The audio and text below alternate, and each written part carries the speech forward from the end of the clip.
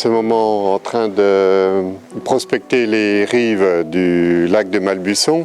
En fait, le lac de Malbuisson se trouve sur une voie de passage qui permettait de faire des échanges, par exemple, entre les sites palafitiques qui ont été repérés au lac de Chalin et de Clairvaux, et puis les sites palafitiques qui ont été bien étudiés également sur le lac de Neuchâtel.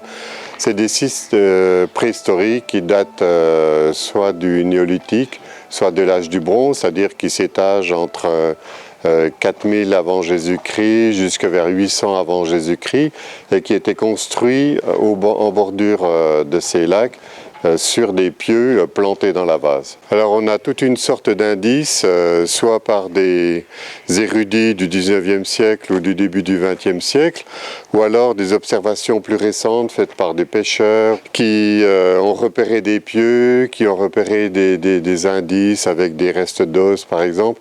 Et donc le but c'est un peu de regarder sur tous les endroits où ont été repérés, où ont été faites ces observations, de vérifier s'il y a quelque chose qui pourrait être vraiment important.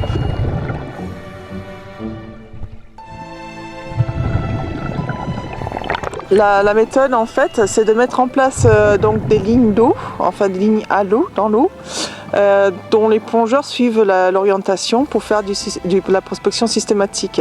Donc aussi bien au niveau visuel et en même temps elles plongent les mains dans le sédiment pour voir s'il y a des choses sous le limon fin, cette espèce de couche un peu en suspens, pour voilà, sentir avec les mains s'il y a quelque chose en dessous, quoi. Les études qu'on a pu faire sur toute une série de lacs dans le Jura, mais aussi sur le plateau suisse, montrent que tout au long des derniers millénaires, le niveau de ces lacs a varié en réponse à des variations du climat. Et donc, il est tout à fait possible d'avoir des sites archéologiques qui soient aujourd'hui sous le niveau des eaux.